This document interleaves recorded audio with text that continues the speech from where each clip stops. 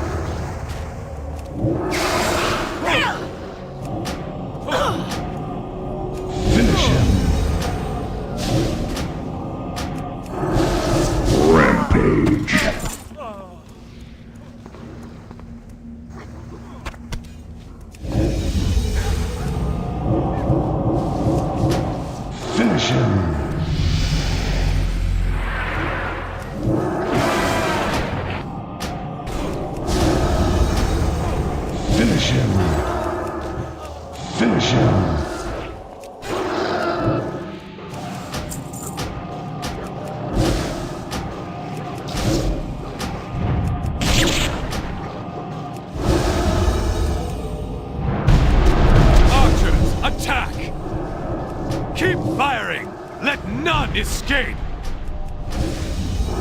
Keep firing! Let none escape! Finish him! Keep firing! Let none escape! Another down! Do not relent!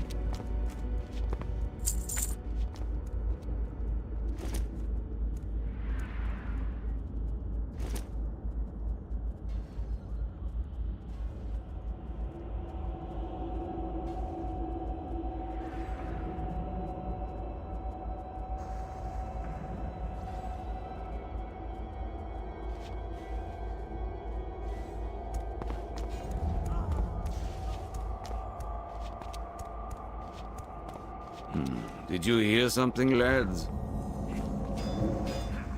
Attack! Kill them fresh all! meat for the dogs. Attack! Kill them all! Attack! Kill them all! Attack! Kill them all!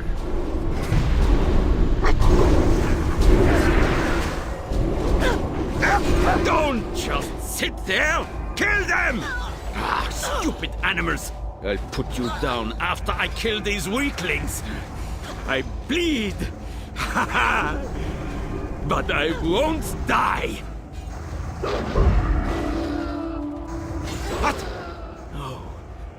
No, stop! Obey your master!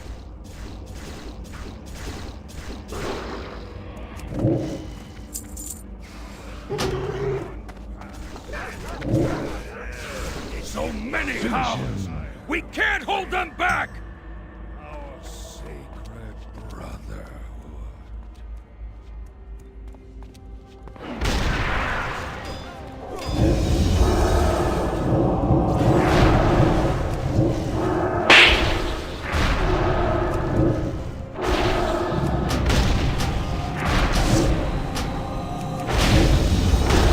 Finish him. Finish him. Finish him.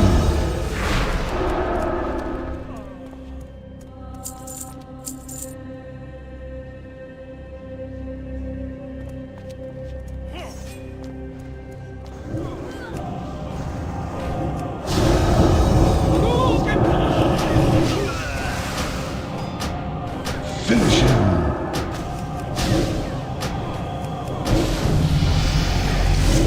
Finish him.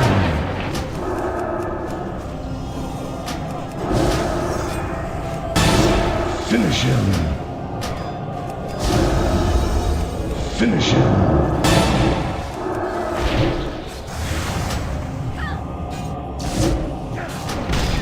Finish him.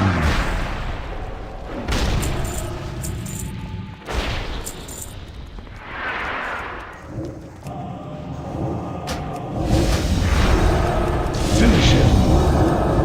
Unstoppable.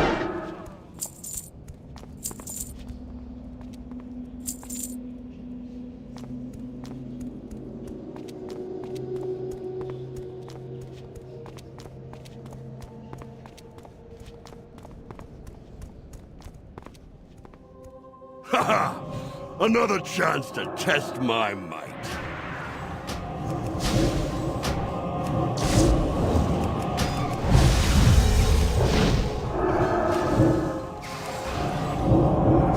Finish him. On your guard. Bested by the likes of...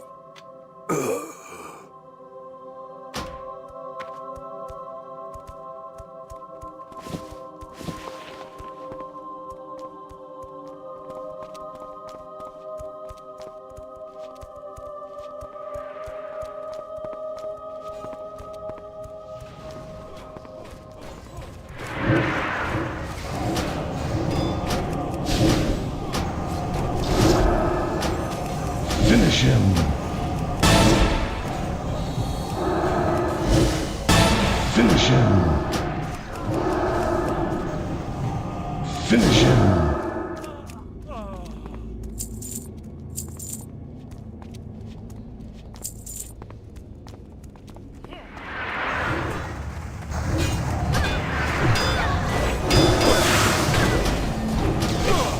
Finish him. Finish him. Finish him.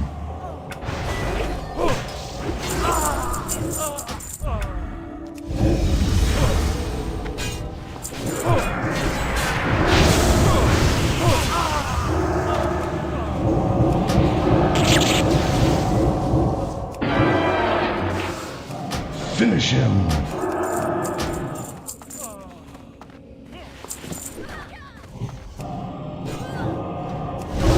Finish him. Finish him.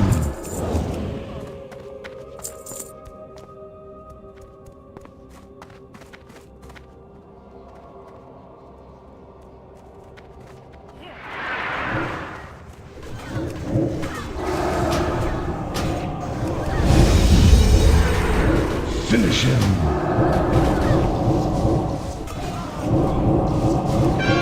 Finish him.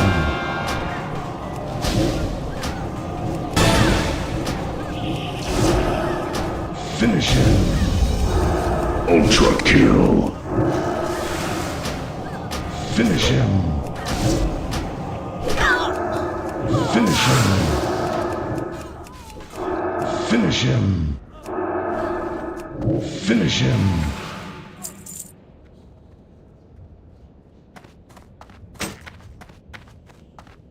Everything must burn! None shall know the Scarlet Crusades shall be damned! To us!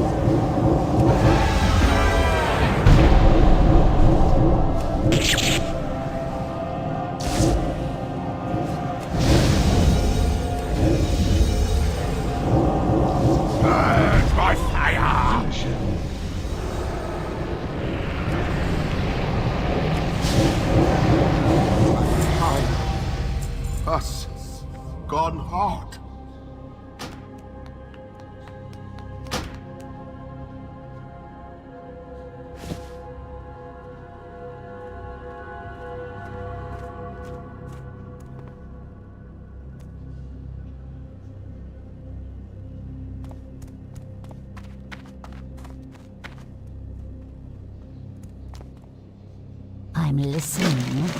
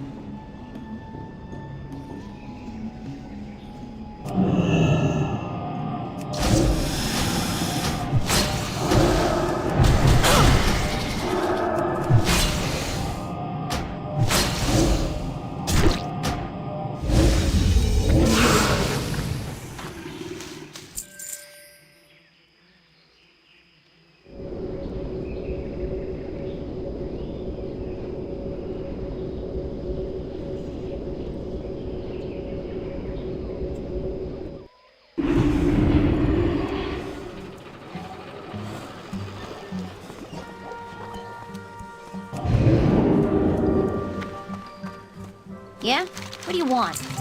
Get lost, will ya?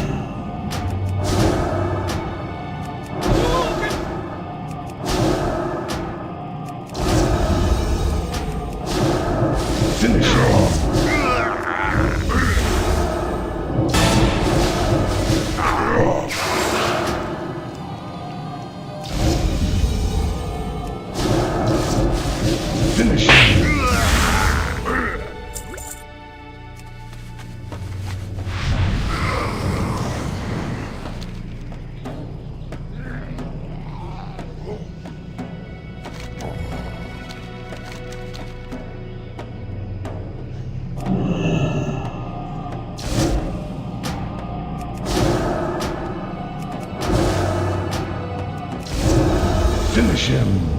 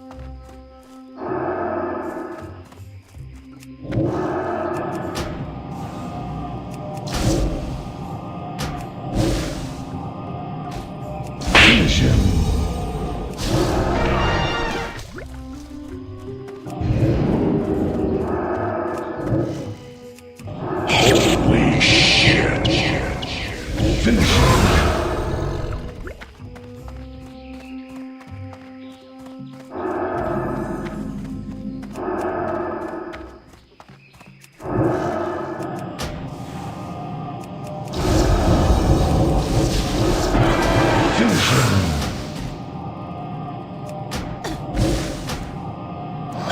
Godlike.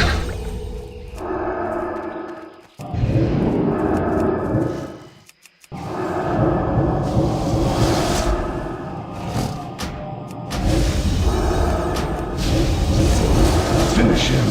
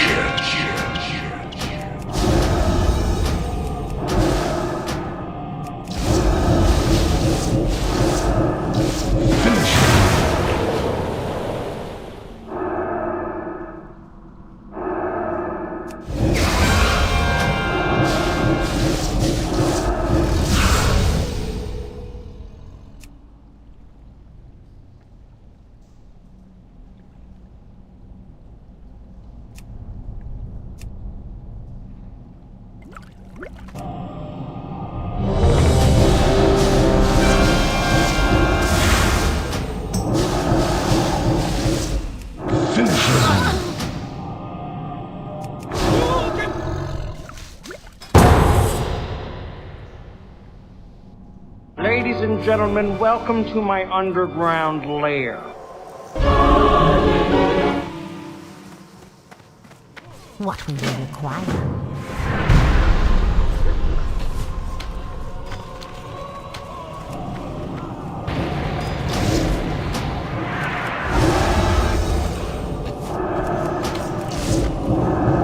Finish him. Finish him. Finish him.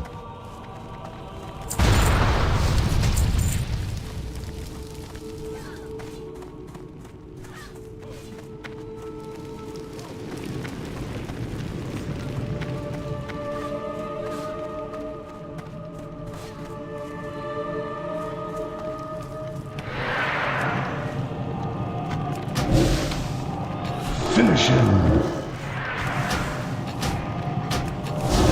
Finish him. Finish him. My endless agony shall be yours as well. No rest for the angry dead.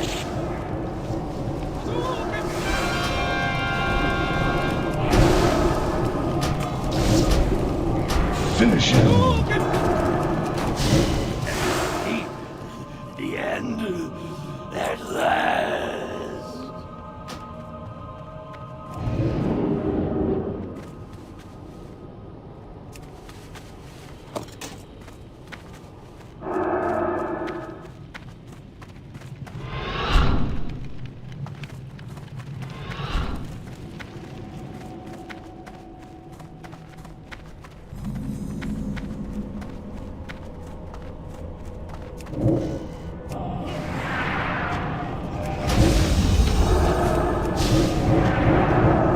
Finish him.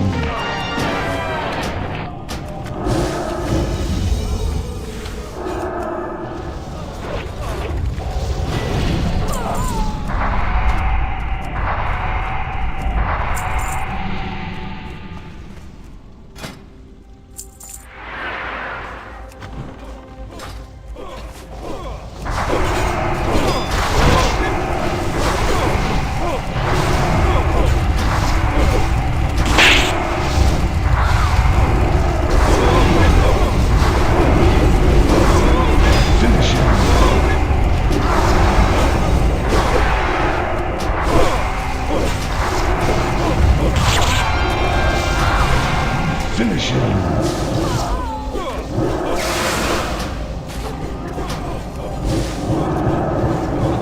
Finish him. Finish him. Finish him.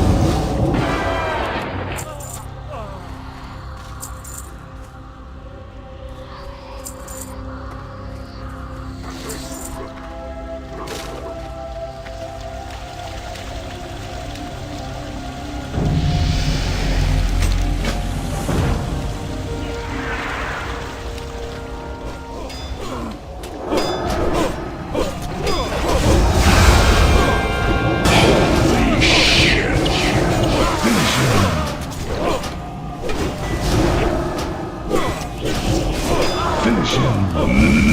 Ludicrous kill.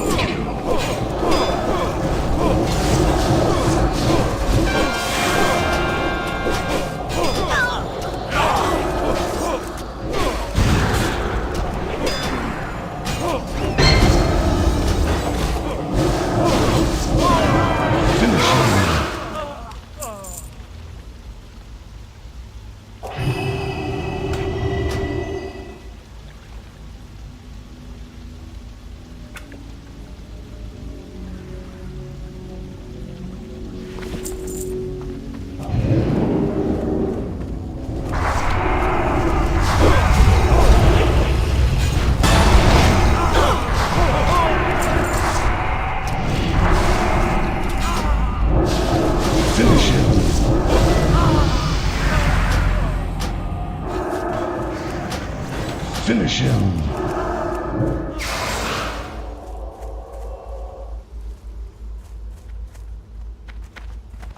I will break you!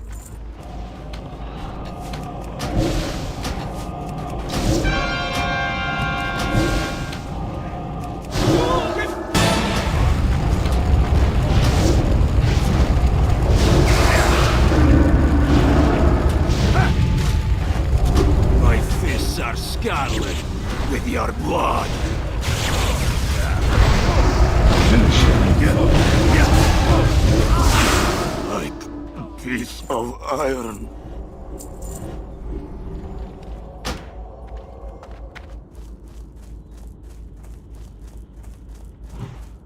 To think you've come so far, only to perish here. I'll honor you with clean death.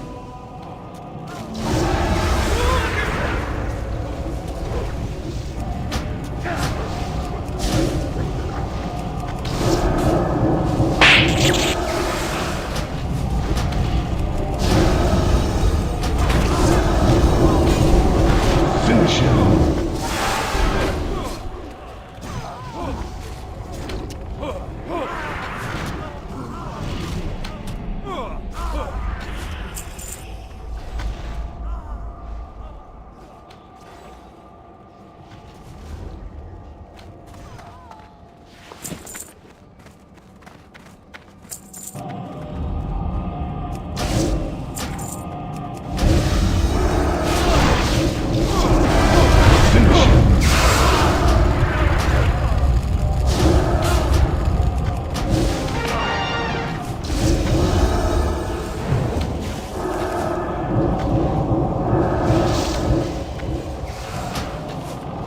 Finish him.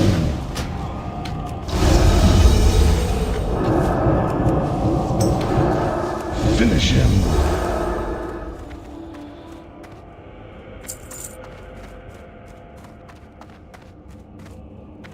My legend begins now!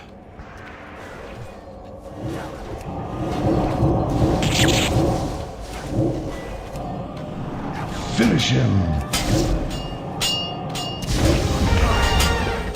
But my legend... You shall pay for this treachery.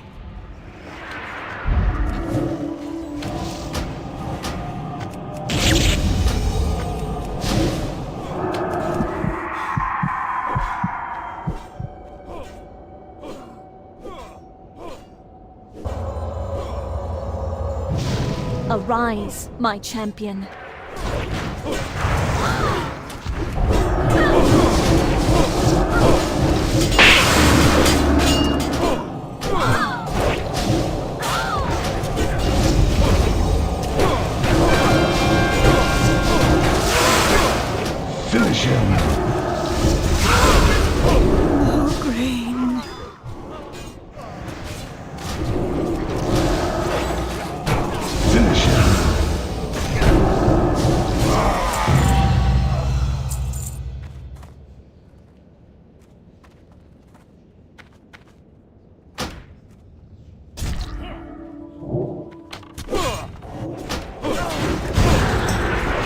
Finish him.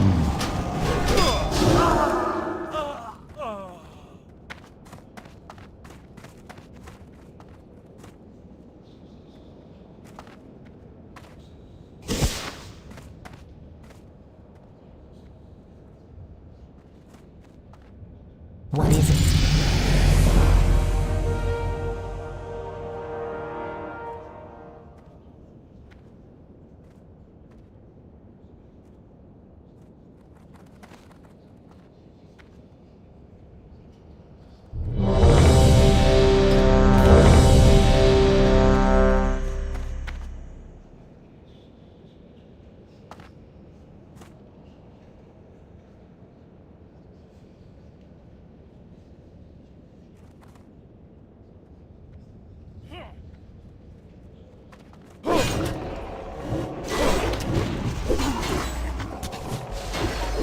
Finish him.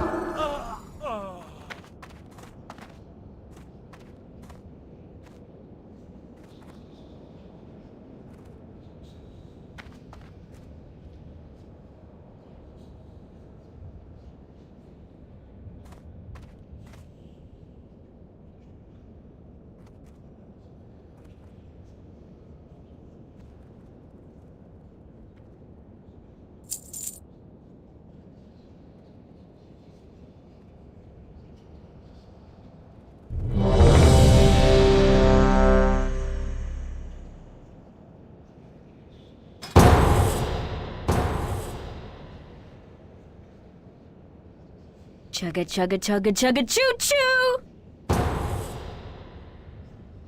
Ladies and gentlemen, welcome to my underground lair.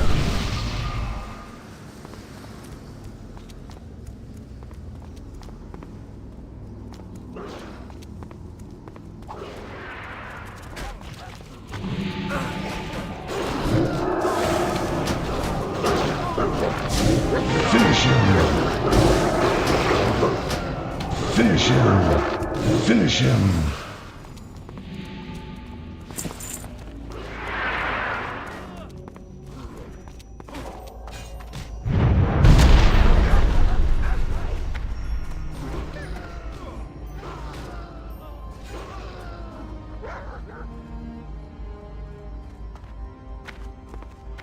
Archers, attack!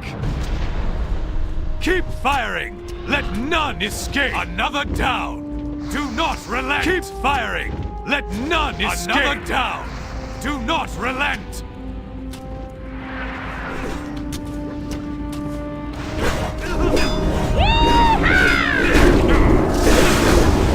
Finish him. Finish him. Finish him.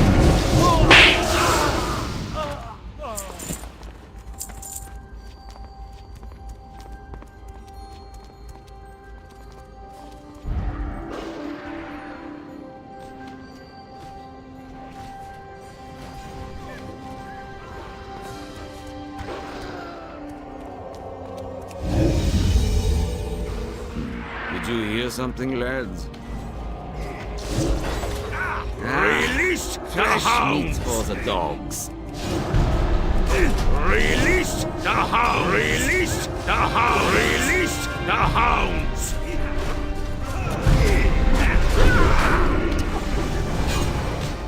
Don't just sit there! Kill them! Stupid animals! I'll put you I down bleed after after I kill these weaklings! But I won't die!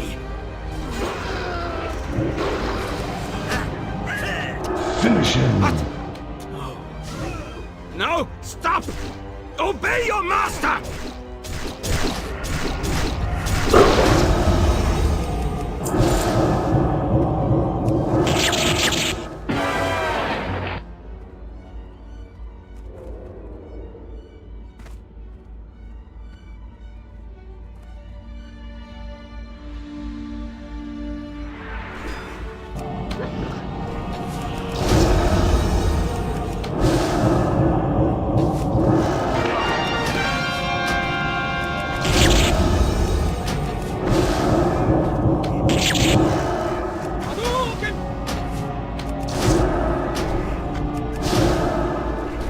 Finish him.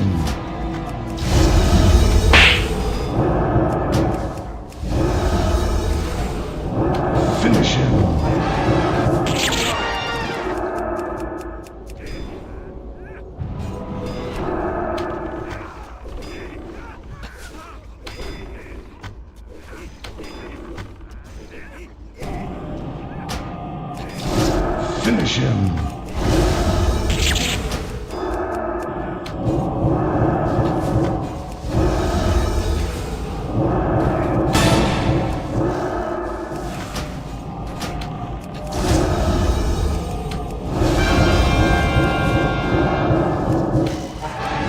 Finish him.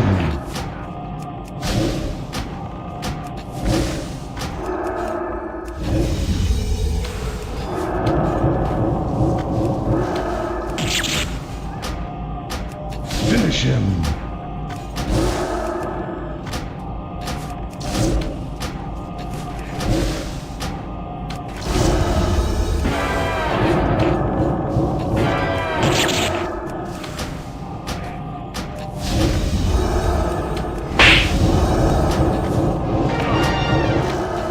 Finish him.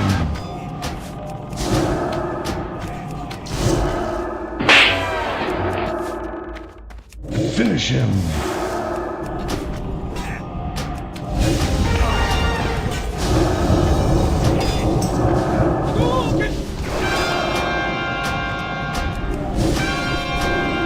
Holy shit.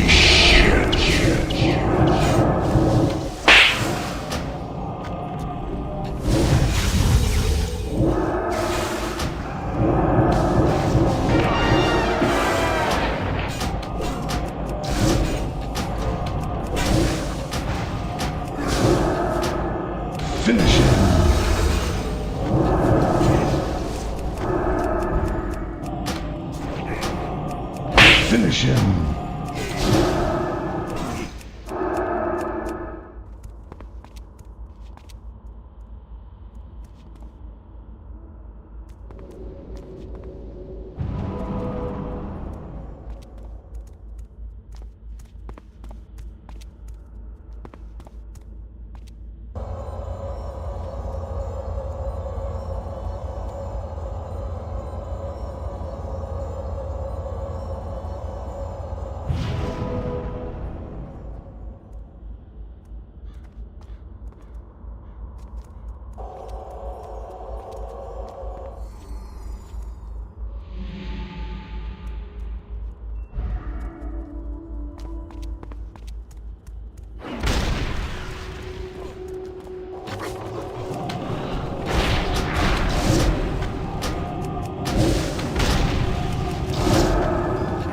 Finish him. Finish him.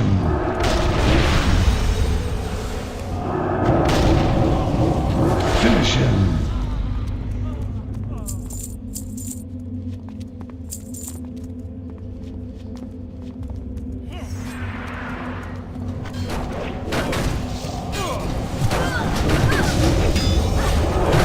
Finish him.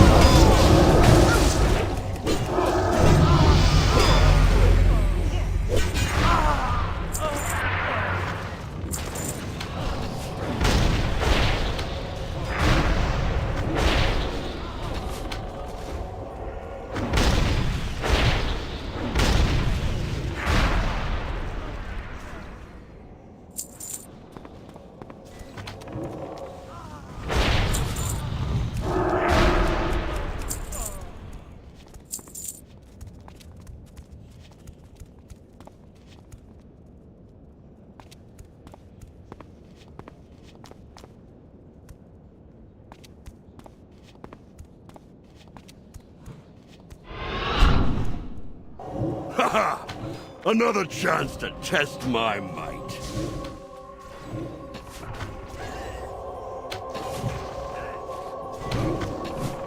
Finish him.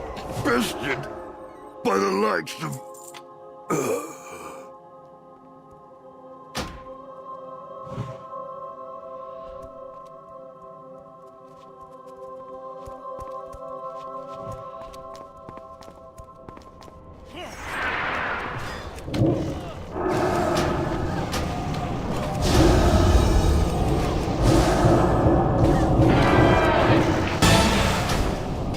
Finish him.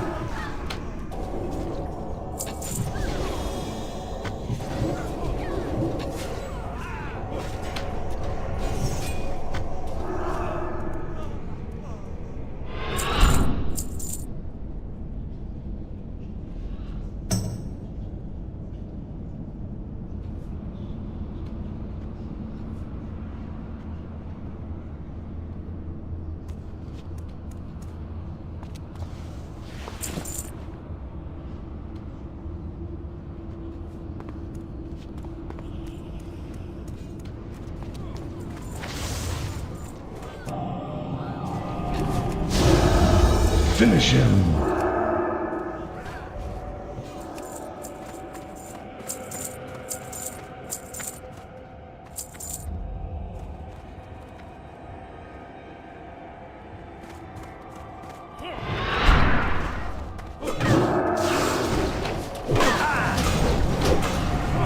Finish him.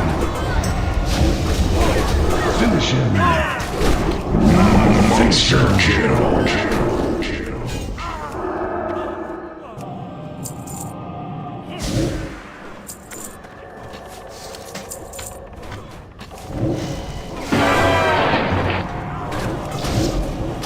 Finish him. Finish him. Everything must burn.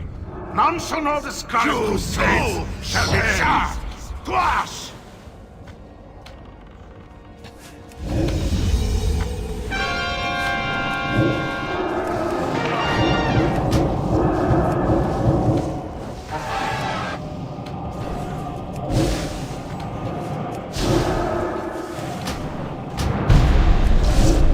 Finish him.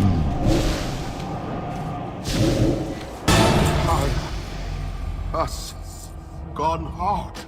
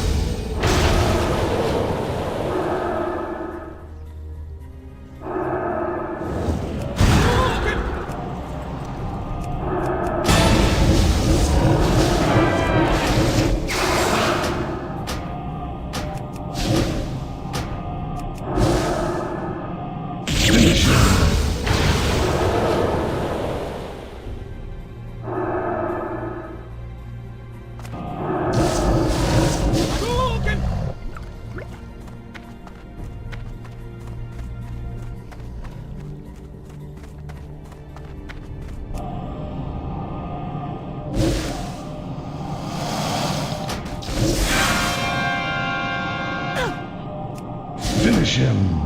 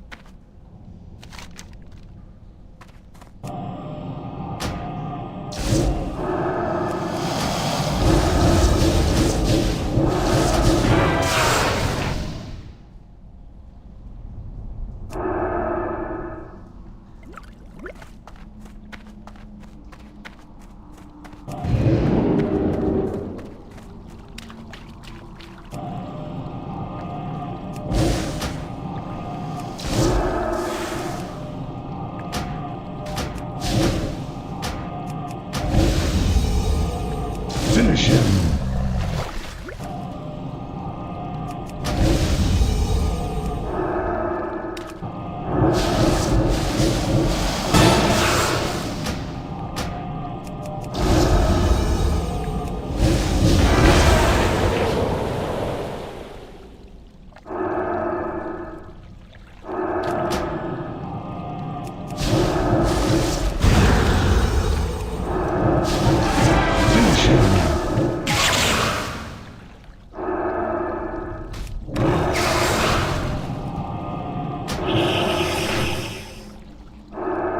Finish him.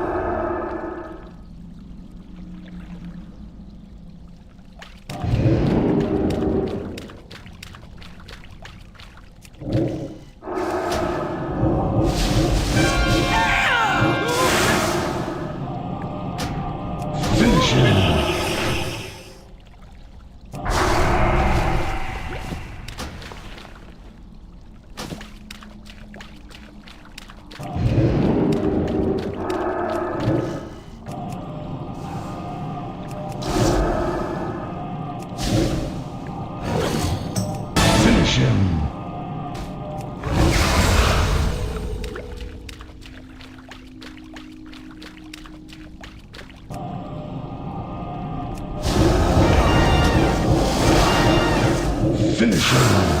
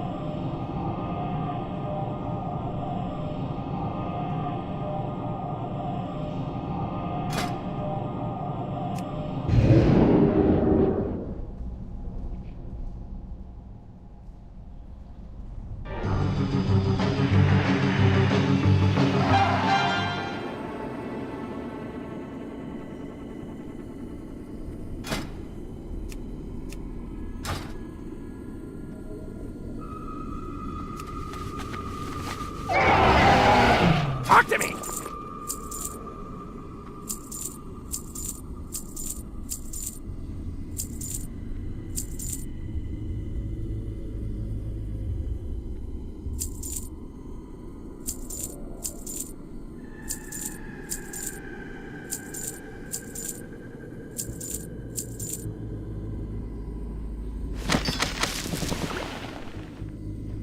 Hurry back!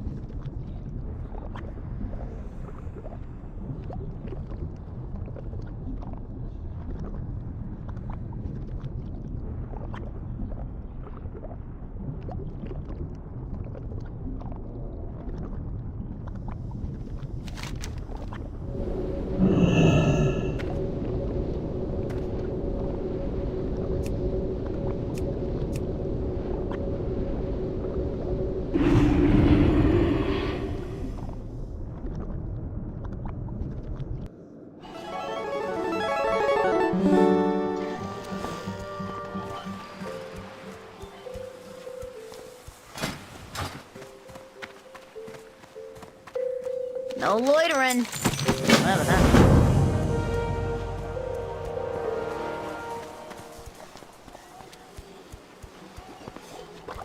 Yo, can I help you with something? Who you be?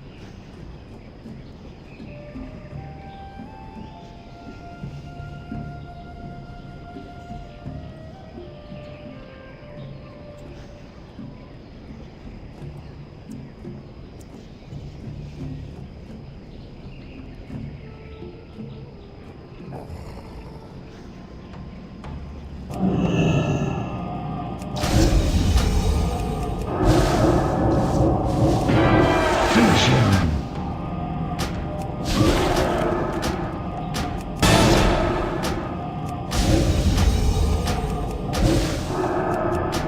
Finish him.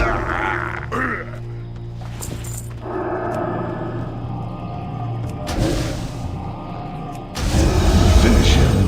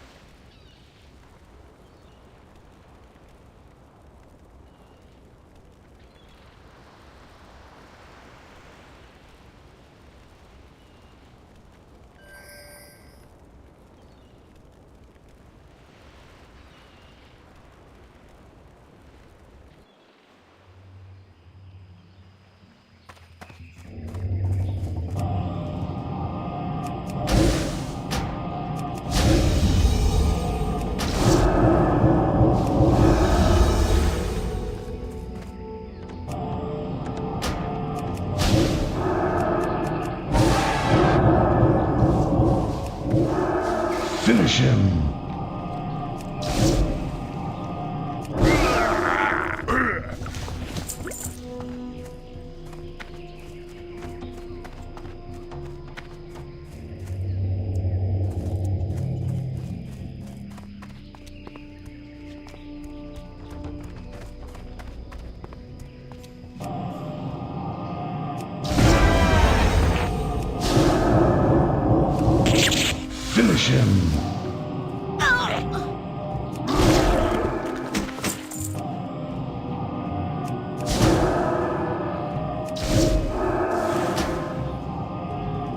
Finish him.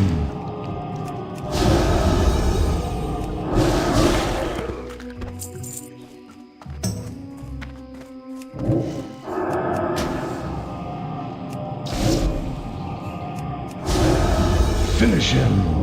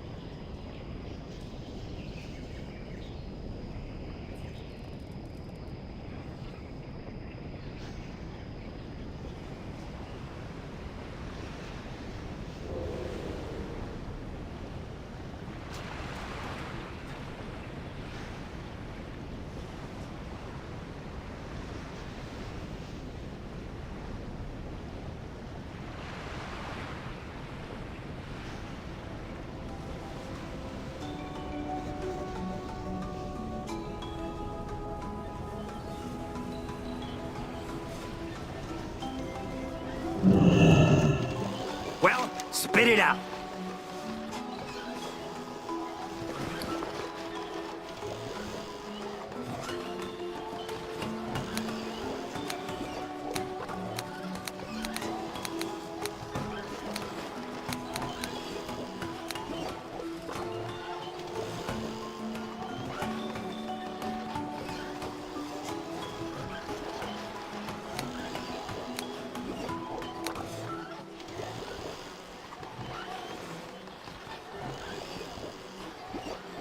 Get lost, will you?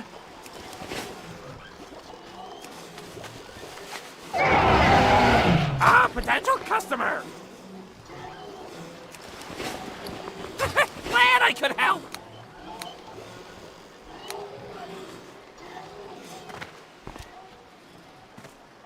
Relax.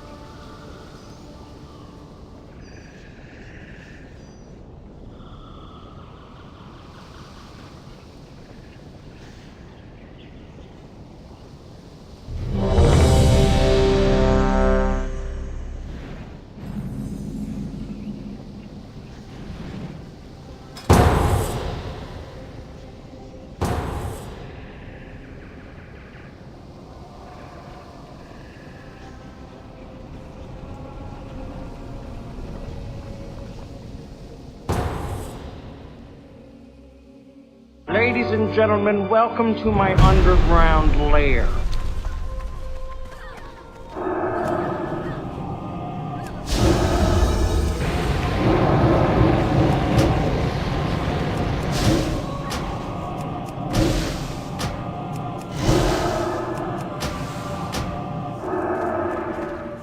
Finish him. My endless agony shall be yours as well. No rest for the angry dead!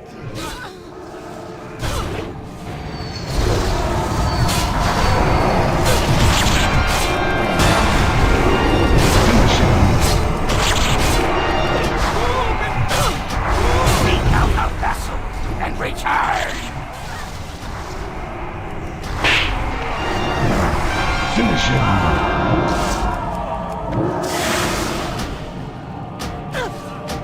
Finish him.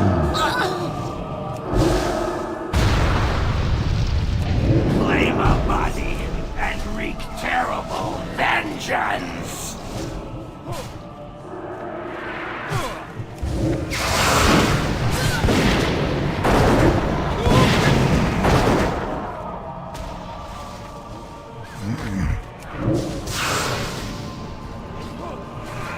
Finish him. No rest for the angry dead. Seek out a vessel and return.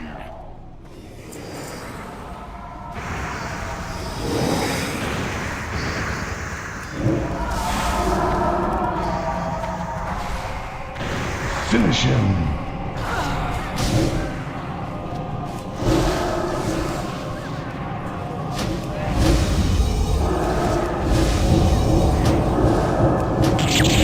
Finish him. Claim a body and wreak terrible vengeance. The end at last.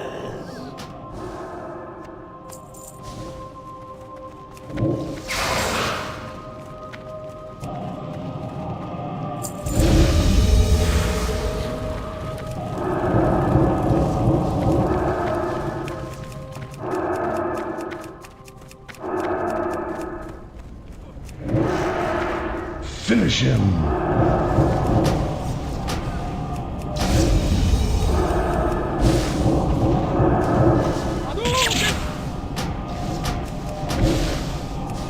Finish him. Finish him.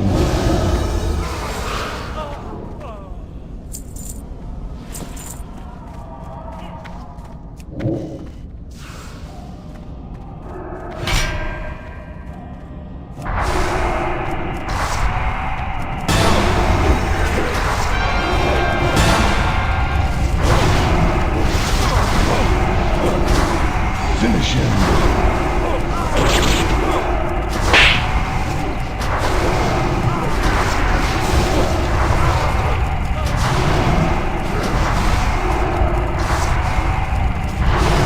Finish him.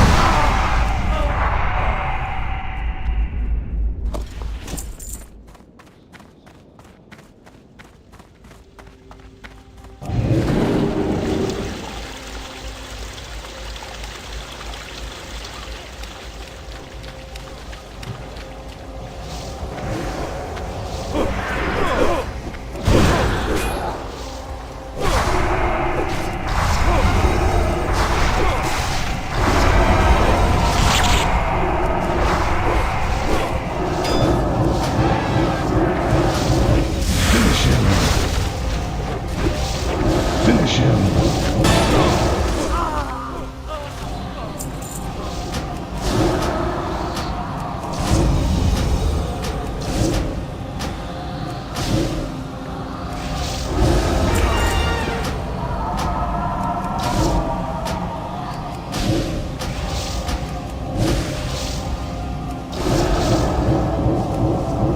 Finish him.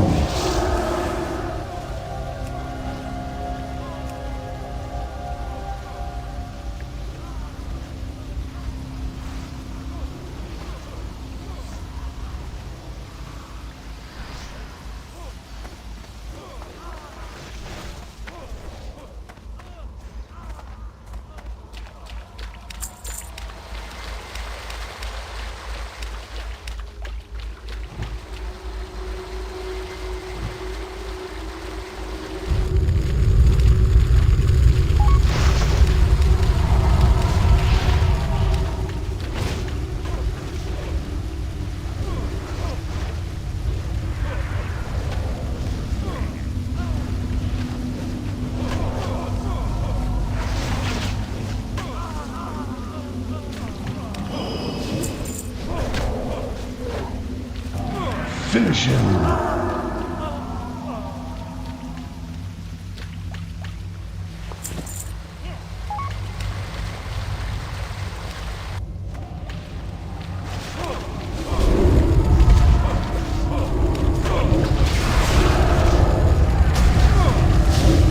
Finish him.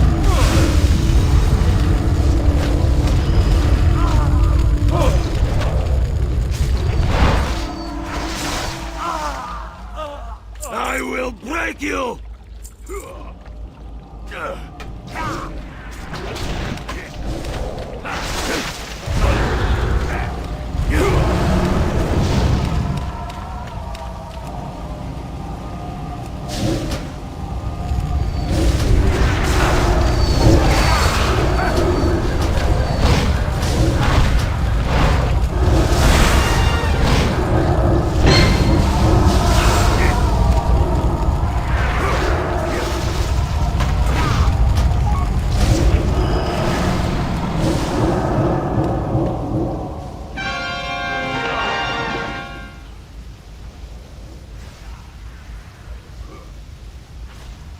Finish him. You are like a piece of iron.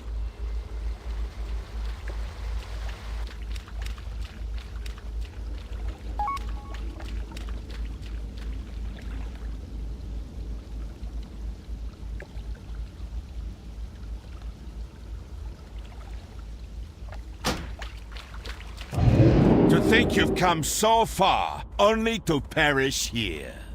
I'll honor you with clean deaths.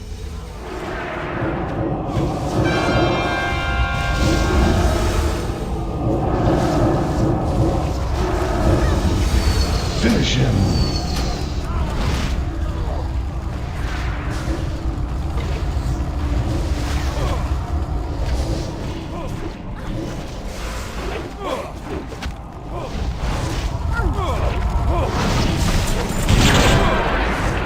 Finish him.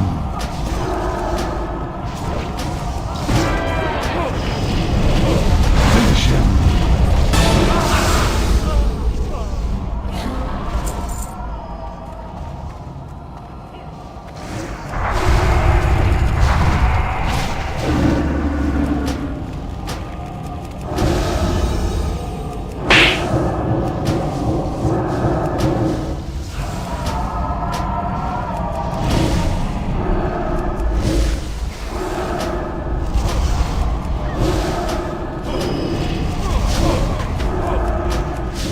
Finish him.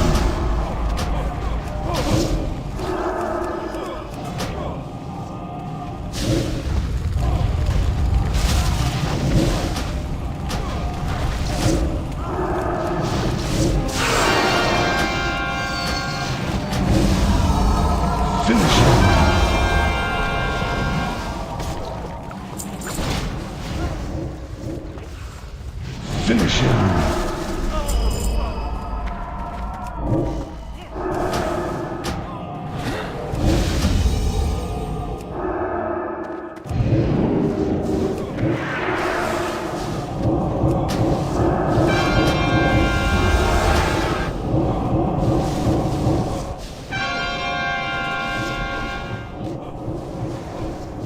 Finish him. Finish him.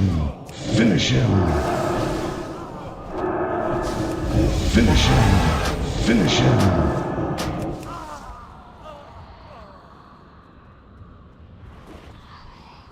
My legend begins now!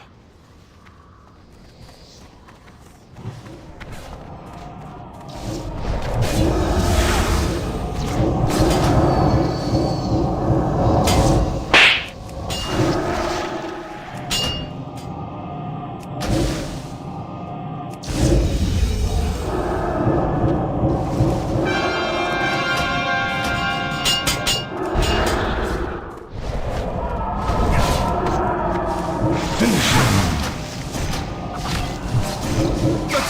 My legend! You shall pay for this treachery.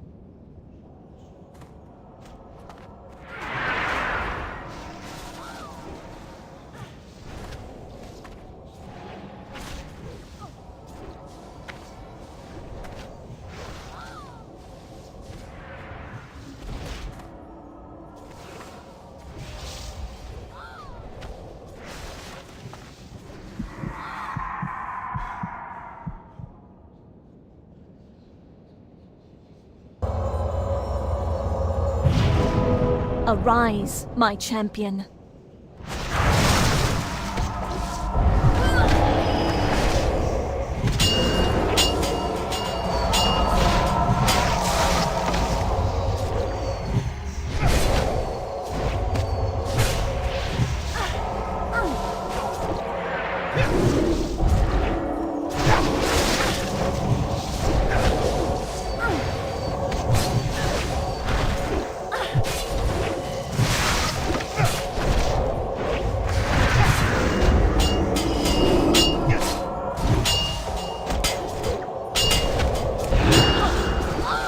Finish him.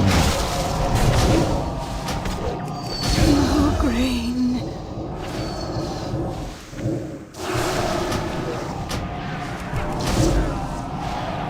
Finish him.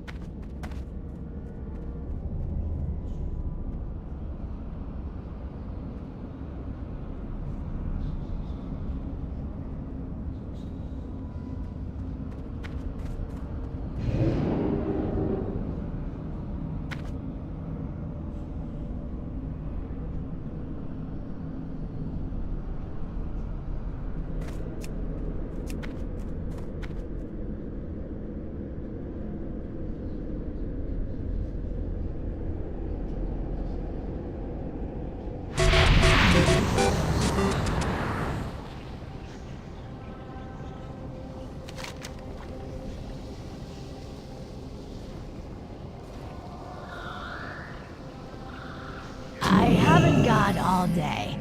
Embrace the shadow.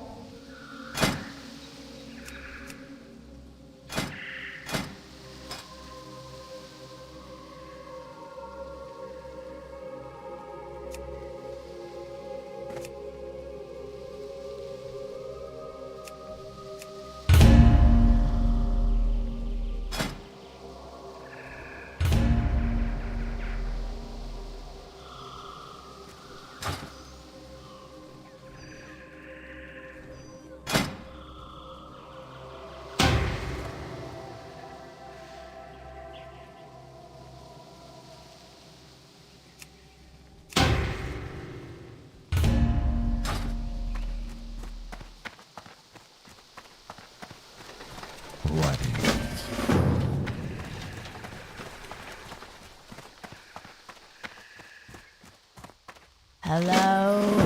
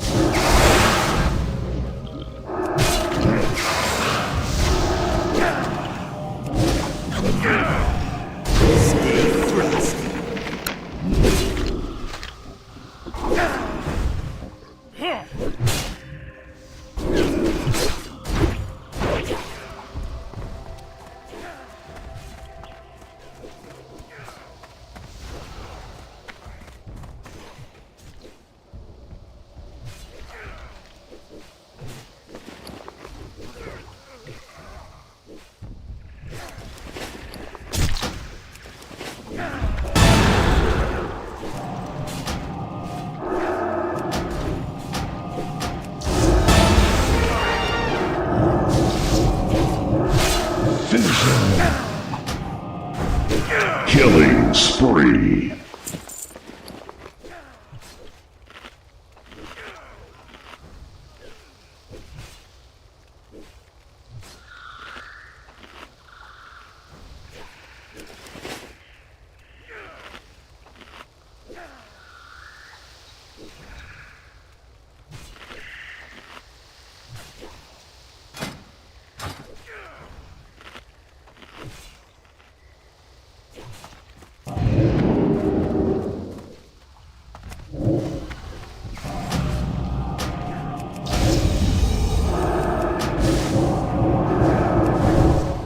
Finish him.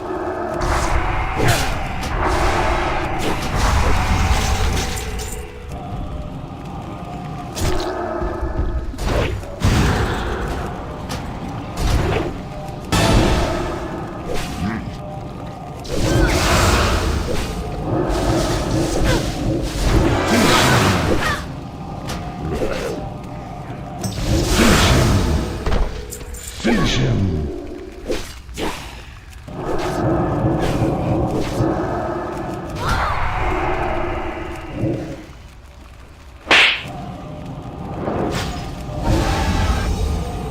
Finish him.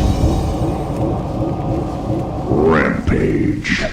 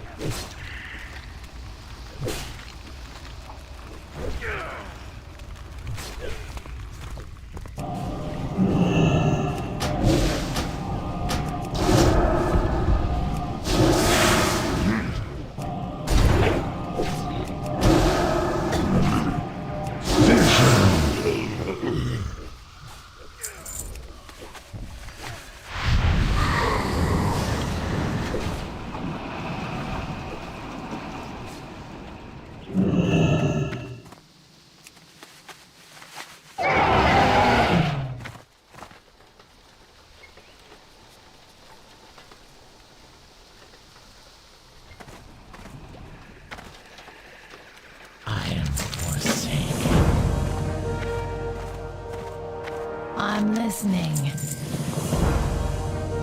I will listen for now.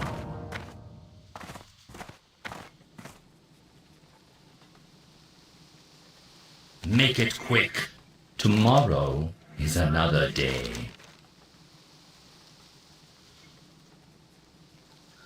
We will have our revenge.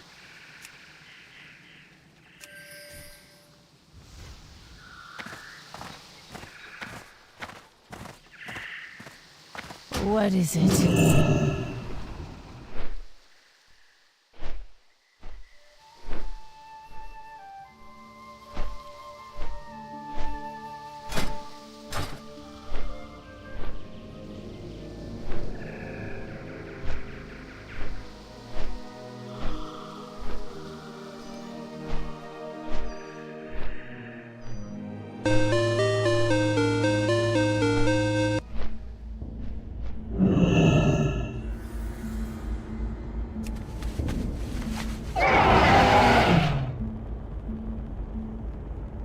Oh, do I have a deal for you?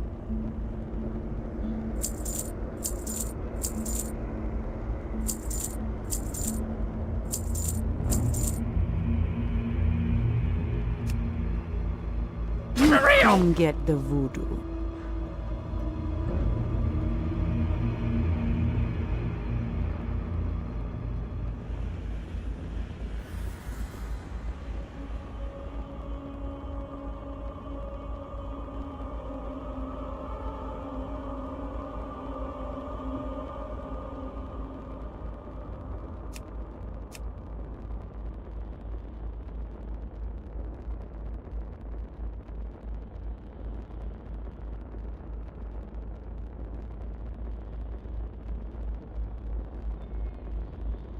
Spirits be with you, man. Yes. What now?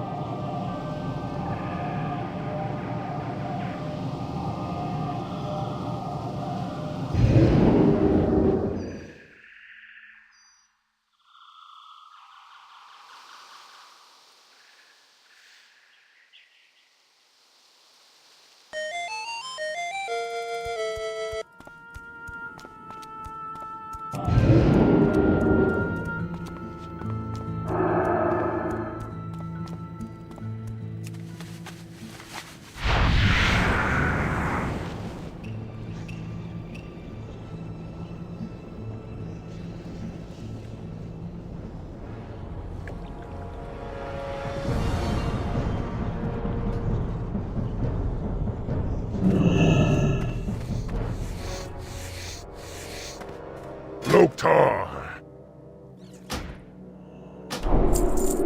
Go with honor.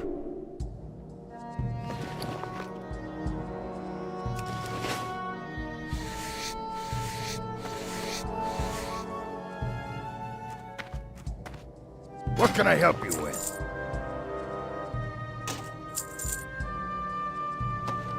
Victory!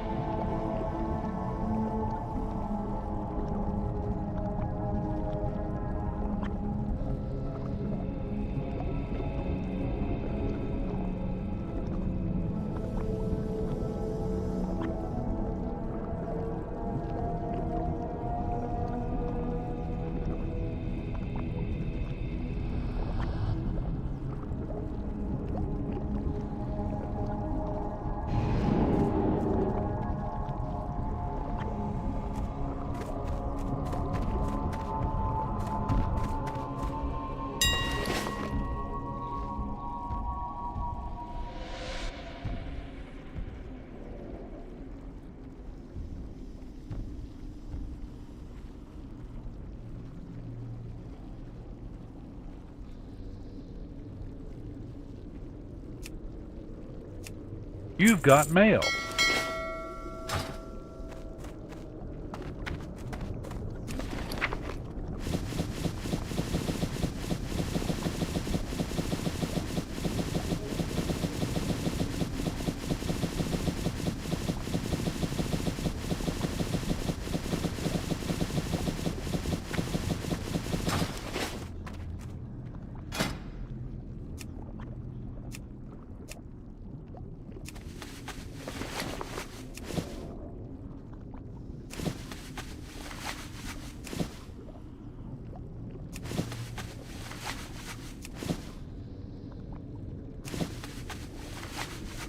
Hurricane, the likes of which nobody has seen. The land areas that never had lakes all of a sudden had lakes that you couldn't even get to it. And actually, we were helped by Elon Musk with the communication, this great communication system that worked very well. We were very lucky, saved a lot of lives. But now I get to do things right, and if we don't do them right, we shouldn't do them at all. Yeah, please. After you said today that the draw war because the stock market closed much higher, do you have thoughts on that? And also, the judge just ordered you to stop construction of the ballroom. All right, we're going to come back to the ballroom. So that is a big development. Election executive order saying we know who the citizens are. We're going to send you the list there, non-compliant states, and it's going to be your obligation to make sure that only people on that list are voting. Otherwise, you're in big trouble. And if you don't want to comply with this, we're just going to cut your money off.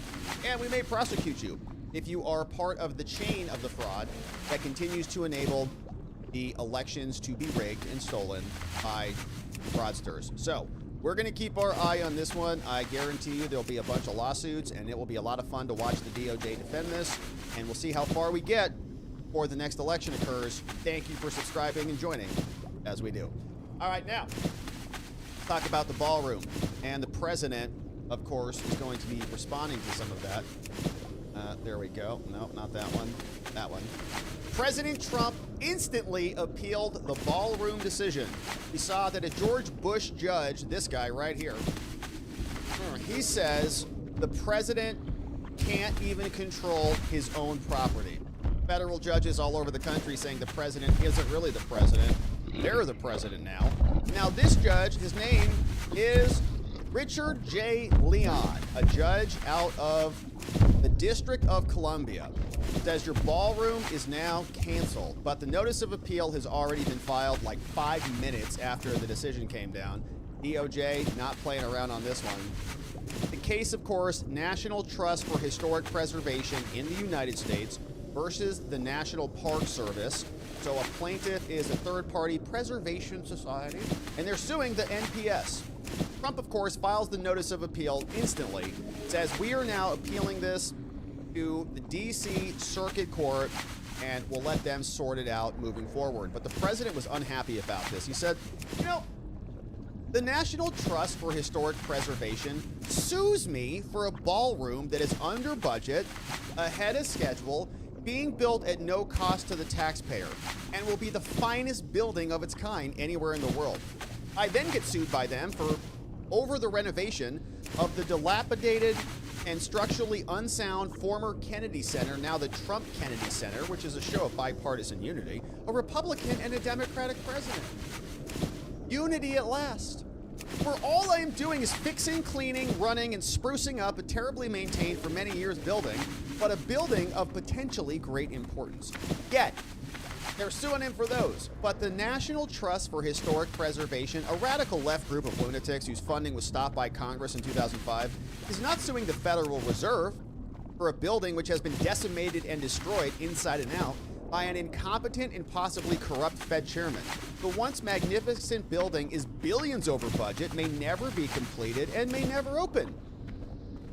All of the beautiful walls inside have been ripped down, never to be built again.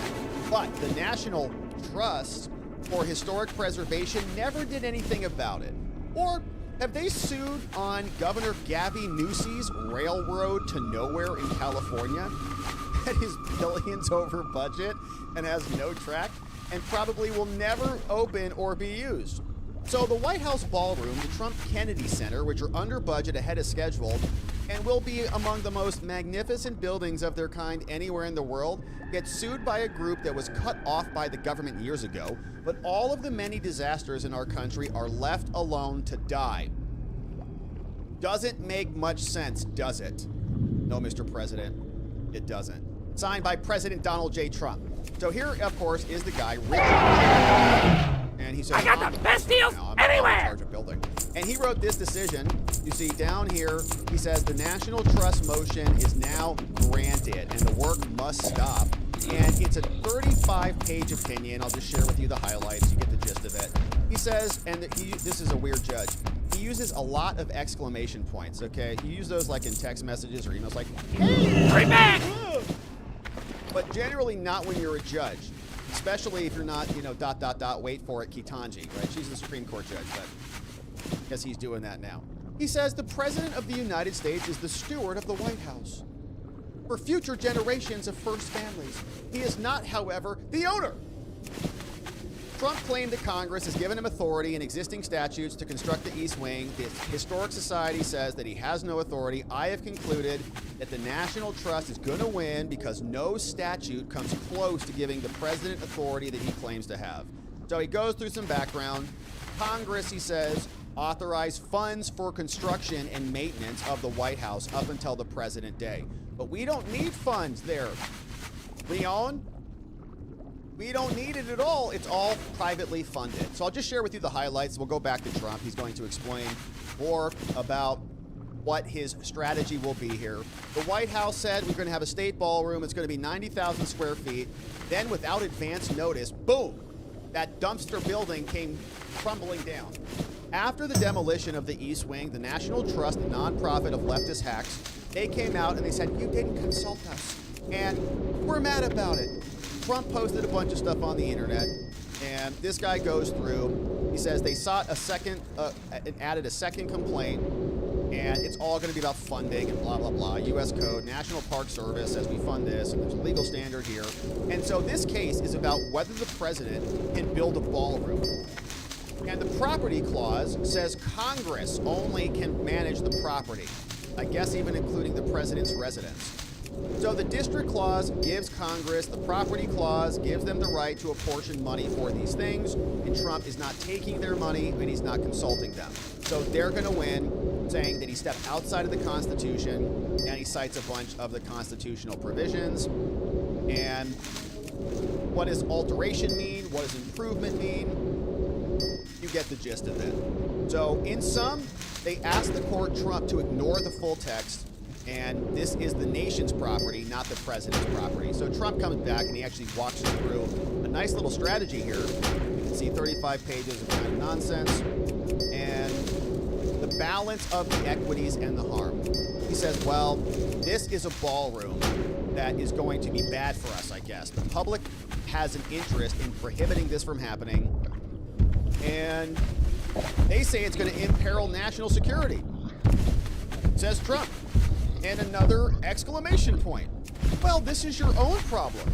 If there's a large hole in the ground, this is what they want. They do not want the building to go up because it's going to look beautiful and big, and Trump is able to build things, and we can't build anything. We're just people who tear things down. So where does this leave us? Well, unless and until Congress blesses this project, construction has to stop! Exclamation. Congress can approve it. The president may at any time go to Congress to obtain authority and then do it with private funds, but Congress has to give him permission. Congress is a joke. He says, not a bad outcome, that. Just go to Congress and talk to them. So Richard, exclamation, J. Leon, is now saying that Congress needs to approve it, otherwise the ballroom has to stop. Now here was the president asked about this from the Oval Office, and here's what he said. Well, we'll appeal that, but it's not, I don't know, it's basically, I wrote a part of his opinion, but basically he's saying I need congressional approval. And he's so wrong. This is being financed privately. It's a donation that's being given by companies, very rich companies, very rich people, so that for 150 years they've wanted a ballroom here. We're going to have the finest ballroom, I believe, anywhere in the world. And he said, we need congressional approval. Well, they don't get congressional approval from the White House. When they do things, they don't, especially when we didn't ask for any tax money. We have no taxes. This is taxpayer free. We have no taxpayer putting up 10 cents. And I see right here, I just wrote it out, he said we need congressional approval. Well, we built many things at the White House over the years. They don't get congressional approval when they build in the White House. It's totally separate. And especially when it's a donation. I mean, the ballroom is a donation. It's gotten great reviews. People love it. And presidents for 150 years have wanted this ballroom to be built. Because when we have President Xi or other presidents or prime ministers coming, we don't have a big room. We have the East Room, which is very small. And he said we need congressional approval. He also said, this is positive for us, I'm allowed, that meaning we are allowed to continue building as necessary to, let's see, what is that? To cover the safety and security of the White House and its grounds. So it says here very carefully, the safety and security have to be protected of the White House grounds. Well, that's what we're doing because everything's bulletproof glass, et cetera, including the ballroom. And then it goes construction and all of the things necessary. It says personal safety of the president and his staff are part of that. So it talks about that we're allowed to continue building, which he put an order on, and even that he gave 14 days. We don't need it because that's what we're doing. It's allowed to continue building as necessary. And when it talks about the safety and security of the White House and its grounds. So just so you know, I wrote some of the thing down. We have a drone-proof roof, and it talks about the president and his staff. Well, we don't have a lot of bulletproof glass. The White House was built a long time ago. This has the highest level of, in fact, they call this grass, the glass, it's bulletproof and it's ballistic proof. It's very thick, it's like that. And it's going 45 feet high, and every window is covered, every door is covered. The roof is drone-proof. We have secure air handling systems. You know, bad things happen in the air if you have bad people. We have bio-defense all over. We have secure telecommunications and communications all over. We have bomb shelters that we're building. We have a hospital and very major medical facilities that we're building. We have all of these things. So that's called, I'm allowed to continue building as necessary. So think of that, for the safety of the president. So we have all these things. So on that, we're okay. Where he's totally wrong, and he made, a statement that's fine. But I'll give you an example. You have right here, $300 to $400 million, depending on finishes. If I use very expensive marble, if I use very expensive wall coatings, if I could bring it up to 400. Otherwise, we're right now ahead of schedule. We're under budget. They'll hate it. But depending on finishes, from $300 to $400 million are being given by great people, people that you all know. Rich people, rich companies, big companies. They wanted to see this built because every president, literally for 150 years, has needed a space like this. Many of you have gone to the tent when we have a president of a big country or somebody being honored of great distinction. And they sit in a tent, and if it rains, you get soaked because the grass gets wet here very fast. It's a wet area. We used to call it a wetland, but I guess they don't do that for the White House, but it's essentially a wetland. And when it rains, you're in trouble. The water can go up to 3 to 4 inches over their shoes. It's not a good feeling for who was Prince Charles, who will be here next couple of weeks. It's King Charles, who's a great guy. We don't want him to sit in a pool of water. And they've been wanting this for 150 years. They're building it, and it's covered perfectly. What's not covered perfectly is the fact that the judge said we need congressional approval. Many things have been built in the White House. They haven't gotten congressional approval, especially when the money... I got what you need! taxpayers stop putting up a dime. This building was necessary for many years by the fact that I've built many ballrooms, and I've built many things, and I know how to build. I'm not building the Federal Reserve where the guy's spending $4 billion for a tiny little building. $4 billion for the Federal Reserve building. That contractor is going to be one of the richest men anywhere in the world after he finishes the Federal Reserve building. The man is totally incompetent. Jerome Tulane Powell is totally incompetent. And he's got to get out of office pretty fast. But he's also done a great job in shepherding the construction of that building. You know, they ripped down a part of that building. It's the nicest buildings in Washington. They ripped it down.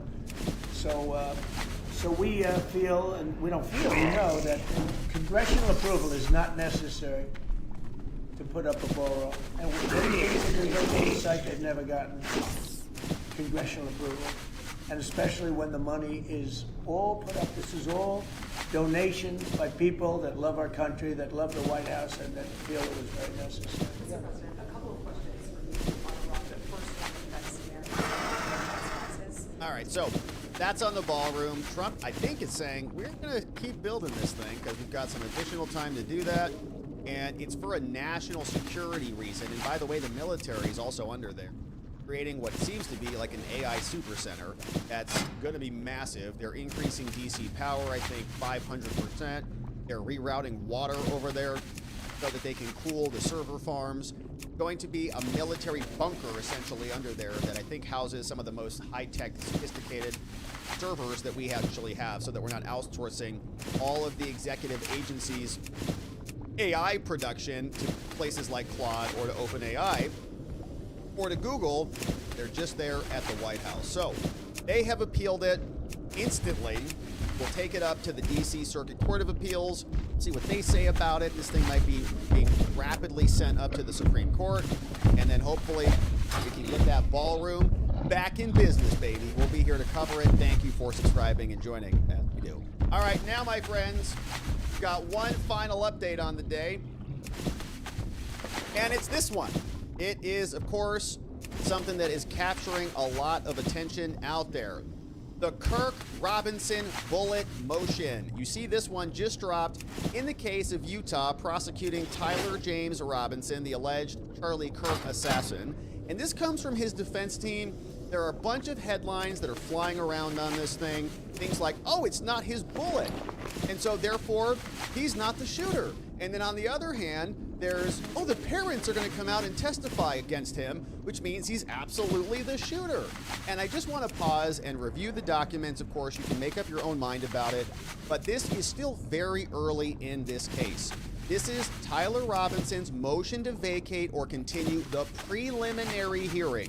And as we've talked about in this case before, in Utah, it is a preliminary hearing mandatory state. Unless the defendant waives this, then they have to have it. And I pulled up some documents. What exactly is a preliminary hearing in Utah? This comes from the State Association of Prosecutors and Public Attorneys, and we are at such an early standard. It's not like a trial. It's all just essentially to determine whether the case can continue to move forward. And they write for us that the preliminary examination, all we're trying to determine if there is probable cause. That's it. Can the case proceed at this early stage? This will go in front of the judge, and if the judge, the evidence that is presented to the magistrate, if he finds probable cause to believe that the crime that has been charged has been committed, and that the defendant, in this case, this person has committed it, then they bind him over for a trial. Okay, so it's so early right now. The findings of probable cause may be based on hearsay, so these are out-of-court statements. Hearsay is generally not allowed at the trial level. And the burden of proof is on the state, right? The state has the burden of proof. The defendant may testify and may cross-examine a bunch of other people. But what we see is that under case law, what is the standard? Prosecutors bear the burden of proof, and there was, I thought, a paragraph. Where did I have this one? Dun, dun, dun, dun. It's a preliminary hearing. Nothing in the Constitution shall preclude reliable hearsay evidence. And basically all we're trying to do is determine if there's probable cause that exists so that we can take this case over to the next step. This was a document that was explaining this for prosecutors, it looks like, and public attorneys. So you can go read this. What is a preliminary hearing? In many other states, we see that you can actually indict somebody, right? So you don't often have these preliminary hearings, which is why I think this is a little bit foreign for people. Many other states, they just indict you so that you don't have like this miniature trial. And the standard here is so low, it's whether there's essentially a fair probability that there's evidence of the crime, that it did occur, and that this defendant is the guy who actually committed it. And they bind this person over for trial, and it proceeds from there. So, the goal is baseless cases should be weeded out at this early stage, and all they're asking for in this motion is a continuance. They're trying to postpone this preliminary hearing from happening. They want more discovery and reasonable time to prepare for their defense. And so, a couple of highlights from this document. It's 69 pages. They give us a summary about why they want a continuance, and then we're going to see some additional affidavits submitted by some of the expert witnesses that the defense has brought into the case. But here's what they tell us. On March 12th, counsel for the parties met and conferred about discovery. And based on the state's representation, the state intends to introduce and present discrete buckets of evidence. We love using buckets as a euphemism. Through 3 identified law enforcement witnesses. So we've got DNA evidence that's coming in, and ballistics reports coming from the FBI and the ATF. We got phone and social media data. We've got testimony from law enforcement officials, and this is a big one that's capturing a lot of attention, testimony by Mr. Robinson's parents and roommates. This is the defense writing. So in other words, the prosecutors will bring in the parents. We don't know what they're going to testify about. I've seen some headlines, oh, well, that means, like, obviously he's guilty because the parents are going to come testify against him. Doesn't even mean that they're cooperating, essentially, with the prosecutors, and they may be subpoenaed to come in here and testify and be forced to come in and just explain some basic things. Well, isn't it, where was Tyler Robinson the day of the shooting? Well, he was here. Okay, perfect. And then did you see him again between these hours, between this time and this time? No, I didn't. Okay, so it's possible that he left? Yeah, it's possible. So stuff like that. Doesn't mean that the parents and the roommate, Lance, the trans lover, are going to come out and implicate the guy. We don't know what they're going to say, just that the prosecutors have intimated that they're on a witness list. Now, the prosecutors are going to bring in a bunch of hearsay. The rules in Utah allow that. They're going to come out with scientific laboratory and forensic reports and other things. They're also going to have non-testifying peace officers and other yet unidentified or even currently unavailable lay witness statements, so people who are not testifying, but they said something, and they'll just read that into the record. The state may also present 1 to 3 lay witnesses in this matter. Now, discovery in this case is incomplete. It's voluminous, and its processing of it is very complex. Materials from numerous local, state, and federal agencies identified thus far as involved in the case are filtered through the Utah State Bureau of Investigations. And what happens is the SBI will then send the materials to the Utah County Attorney's offices, where they are reviewed, Bates numbered, and redacted prior to being reviewed and sent over to the defense. So we got this little, flywheel, this process that's happening. One agency sends it to another, then they stamp it, and then send it to us. And so due to how these are provided, the defense paralegal must devote a significant amount of their time organizing it before it can be reviewed and even utilized by us. So at this stage, in total, the defense has received approximately 20,000 files, excluding digital electronic discovery that we got on a hard drive. Now, of these, we've got documents and image files that have 61,000 pages. Audio files are 31 hours in length, more than 5,000 video files that contain more than 700 hours of video, which I presume contain some evidence of who the guy was walking up and down the stairs and more. The digital electronic discovery that was received on March 12 is 12 terabytes of data, okay? Gobs of data. Over 600,000 files. The initial review of the digital electronic discovery is anticipated to take 60 days to complete. after which time it can be determined if the downloads are complete or if any additional time is needed. Now, the defense team, by the way, right, the defense wants to stall this out, I think generally speaking, as long as they possibly can. And they also have an obligation to not conduct a hearing if they're not up to speed on the case. The defense team has devoted, and part of the reason for the delay is to let the public kind of fervor around the case dissipate a little bit. Hopefully everybody moves on to something else is what they're thinking. And then we can come back and have a fairer trial without everybody who is, hyper-focused on this case, because it's a major topic of conversation, obviously. I'm not saying forget about Charlie Kirk or anything. I'm just saying that's kind of the strategy. You want distance between the crime. And will continue to devote significant resources to processing these things. However, the defense team is realistic, and the comprehensive review of what is missing is going to take hundreds of hours, and I think that is actually fair. I mean, this is a ton of evidence. So what is known at present is that Mr. Robinson has not received the forensic case files and the data necessary to investigate, through the use of qualified experts, the scientific reports that the state intends to use at the hearing. Mr. Robinson has diligently requested the disclosure of the forensic files and data underlying laboratory reports in an effort to get these materials to our experts. In his initial request for discovery, back in September 30th, 2025, he also requested materials about the forensics. And at an early stage in the case, you send massive blanket motions, essentially, saying, I want everything. Obviously, that's going to be a part of it.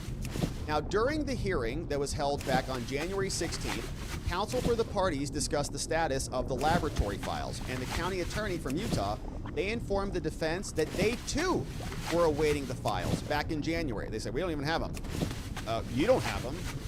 Okay. You don't have the lab files, and you're prosecuting him, and you have a hearing without the forensic evidence? So the defense said, that's interesting. So that was memorialized in a letter from defense counsel back to the state, where the defense lawyer said, well, we want to see the forensic downloads of the seized electronic devices as well. County says we don't have them yet. So during the meet and confer on March 12th, counsel again discussed the status of the lab files. UCAO, the prosecutors, indicated that the ATF, the feds, intended to provide their case files to Utah the following week, but offered the caveat that this did not mean that SBI would immediately provide it to the county. So ATF followed the bouncing ball, takes us over to the Utah Bureau of Investigation. Then from then, it goes back over to the county attorney. Then from the county attorney, it's got to go through the legal clerks and all the people, and then back over to Tyler Robinson's defense. After the meeting, defense counsel, and they're doing a good job, chronicling and papering the file. Oh, you don't have it? Oh, you don't have it? Oh, you don't have it? Great. That means we're going to ask for a continuance, which is where we're at right now. They also sent the county attorney an informal discovery request detailing what is missing about the scientific testing in this case. As of this filing, Robinson's team has still not received these materials. And they say, see, we've been focused and aggressive in trying to get it. They don't have it. They are confirming they don't have it. We've memorialized it all. That's why we need more time. Based on the rules of Utah, time is money, friend! It provides a court may grant a continuance when there is good cause. And they're going to go through here and make the argument that there is a lot of good cause. They go through these criteria. Okay, we got these 5 factors that they're going to really flesh out here. We'll, breeze through it. But have you requested any other continuances before? Like, is this like your 3rd or 5th or 7th continuance? Like, how many more do you need? You ask for Glad I could help! The likelihood that you'll get another one is low. If you've asked for none, the likelihood that you'll get one is probably higher. The balance convenience and the inconvenience to the litigants. Whether the delay is for legitimate reasons, like they just articulated, we don't have the lab evidence. Is it contrived or not? Whether the defendant contributed to this, like did you guys screw something up and you need more time because you didn't hire an expert witness or complete your interviews or something? And whether this will result in prejudice to their case. Now, they go through it, right? They say, no, there has been no request to continue. This is the first setting. This is a capital case. The court tentatively scheduled it before. We have never asked for one. And actually, when we were here in December, she said we needed another one. And turns out she's right. We can't go and process through all these things. And even the court said that the preliminary hearing date was not set in stone. And they have to have this, right? So they can't bypass the preliminary hearing by just going and indicting the person, which is what happens often. And I think we saw that, for example, in the church attackers case with, what's his face? Dans les Mains. He, of course, was charged by direct complaint, or some of the defendants were, and then they bypassed that, so they didn't have to have a preliminary hearing. They just went and indicted them. That can't happen here in Utah. So how about the second factor? What about inconvenience? The testifying witnesses in the state are a very small number. They're local people. They may testify. It's not a burden for them at all. And the motion comes well in advance of the date. So any logistical inconvenience is de minimis. Now, while Robinson may seek to examine one or more of the forensic examiners are employed by the government about the forensic evidence, the ATF and the FBI, the requests of their agencies that these employees be made available are still pending, and they sent requests over. We talked about this in another matter, the 2-week protocol. You have to go and ask for permission. In fact, this was in the Fulton County, Georgia case. They went and asked, can we have Special Agent Ray Evans come testify? DOJ said, no, you can't. So all of those are still pending. So we may want to bring in the ATF and bring in the FBI, but we haven't even heard back from the DOJ on that. So there's likely no inconvenience to the council. 6 prosecutors, they're all capable. So this is not unreasonable, and the court is busy too. So you've already said your calendar's full, so it's not a problem for you. Now, the request for the continuance is not contrived. We actually don't have any evidence that we can actually use. We need discovery. And if we don't get discovery, we as defense lawyers are doing a bad job. And so he may, defense lawyers will often invoke this. Because, if I can't do my job, my client, once he loses, is just going to come back and say that my attorneys had an ineffective assistance of counsel. They were ineffective, and so I have a claim against them. And if the Court of Appeals grants that, they're going to send this case back down to you, and then you're going to have to do this whole thing over again. They say this is not contrived, okay? It's legitimate for 3 reasons. 1, he hasn't gotten appropriate discovery, and we can't even proceed. We don't have forensic files or the data necessary for our experts to review. Second, Robinson will be denied his constitutional rights. If his lawyers are not prepared, this case is complex. Now, the preliminary hearing is a fundamental right in Utah. They get the right to have it. State must establish a factual and legal basis for binding the defendant over for trial.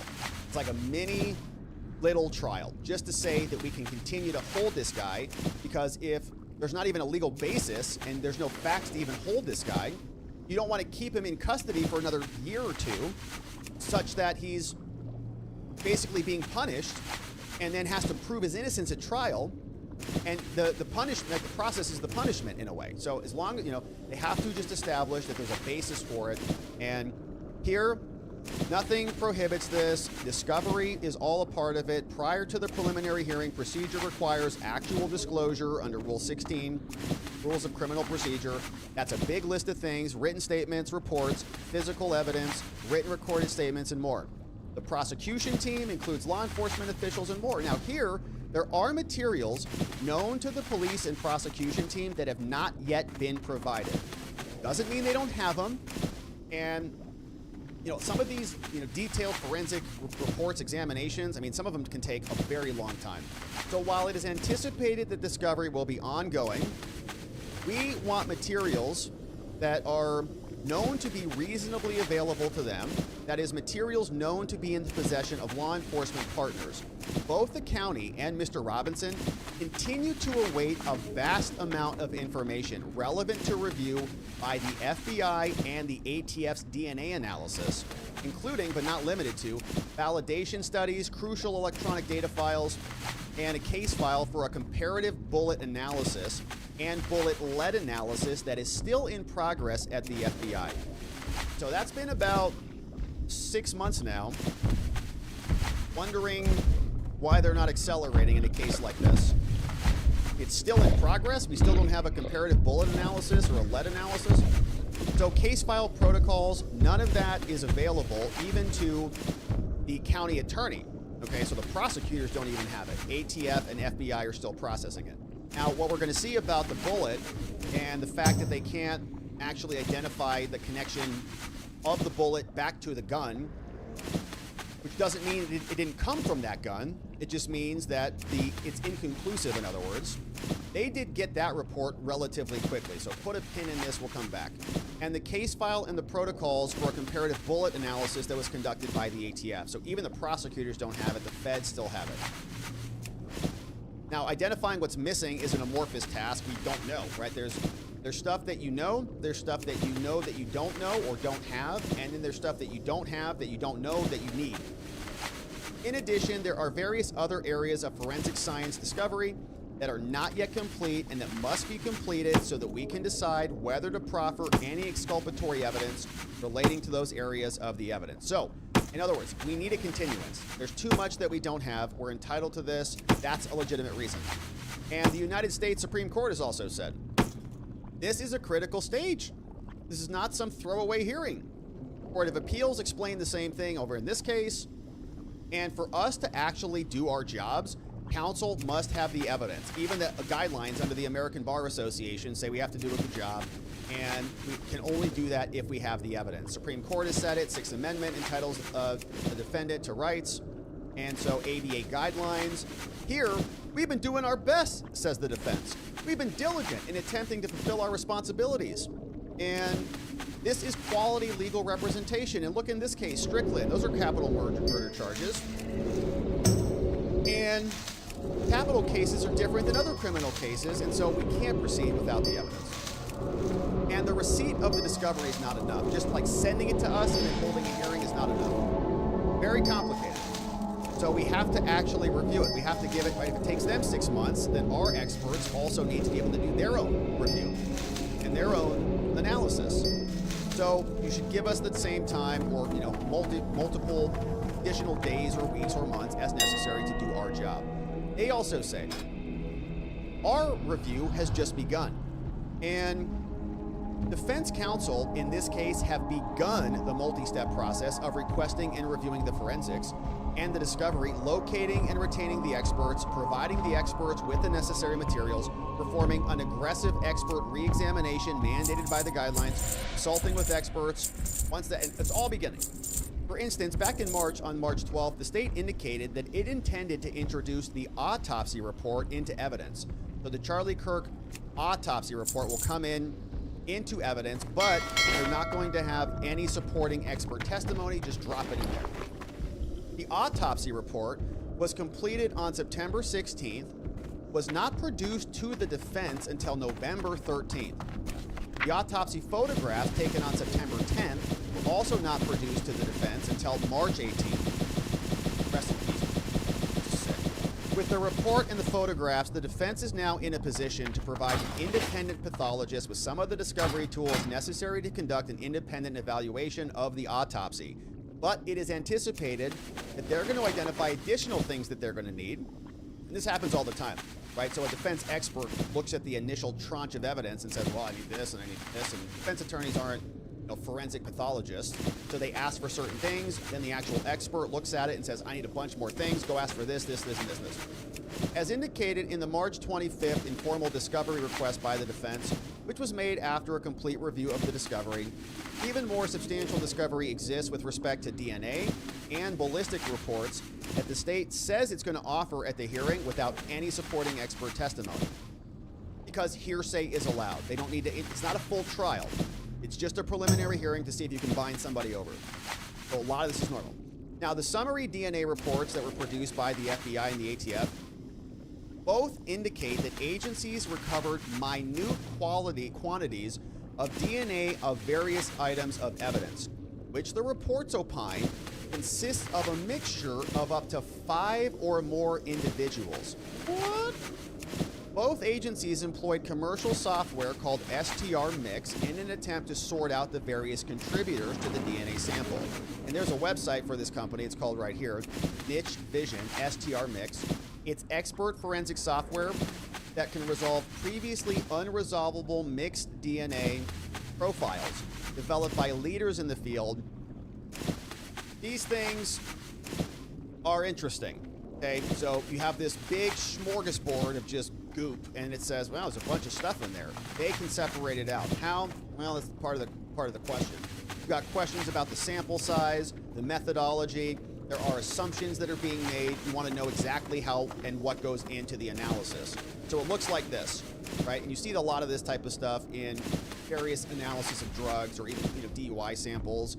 You run your sample through a gas chromatography device or a mass spectrometer, and it separates the various components that are in it. The way that I think a good way to kind of think about it, let's say you have this hose, like a big hose, and it's just looped around, looped around, looped around, looped around. It's kind of the inside of a gas chromatography machine. And you put a bunch of stuff in there. You put some, like, right at the beginning. You put some styrofoam little balls in there. You put some lead balls in there. You put some Skittles in there. You put a bunch of crap in there. And you push a fluid through it. And the fluid is going to take all of those different things, and it's going to spin them around this long tube, like just a big, long hose. Now what happens when you do that is all of these things, the marbles, the lead balls, the Skittles, the styrofoam balls, the little wads of paper, the little spitballs, whatever you put in there, they're all going to separate out. Some are heavier than others. Some move faster through the tube than others do. And so they come out the other end at different intervals. And you can then validate what comes out the other end because you know, if I just take, and I don't put anything in this same tube, and I just put lead balls in the tube, and they just do loop-de-loops, then the lead balls come out at a certain time, every time, in between 1 minute and 1 minute and 2 seconds. All the lead balls come out because you're pushing like another liquid through there that then pushes them out. So then you've got different things coming out at different times, and you just run a bunch of tests. You say, oh, okay, so you run independently. When did the styrofoam balls come out? Okay, when did the Skittles come out? When did the marbles come out? And you can validate what is what. And so what you're kind of seeing is something, they're separating out DNA, they're analyzing how things are responding to the other end of the analysis. You've got questions about how that all is being done. So this is on their website, and they're going to run us through exactly what's going on here, but it's very complicated, very technical stuff. You need experts and experts in this to do it. So now they're going to try to sort this out. Various contributors to the DNA sample. And the example I was giving was mostly for like for DUIs and volatiles in a blood sample. They leave that there. But they're essentially doing the same thing. How do you separate them out and then analyze them? Courts have excluded STR mix and similar genotyping software analysis when appropriate validation and use of reliable procedures has not been demonstrated. And of course, lots of questions are going to come up about that. And if they're admitting that there are 5 or more individuals, and I don't know exactly what samples they're talking about. Are these gun samples? Are these samples on the alleged screwdriver that was out there? Interesting. So that's curious. So they're saying we don't have any of the underlying processes that can validate what's right or not right. Lots of cases being cited here. Now, is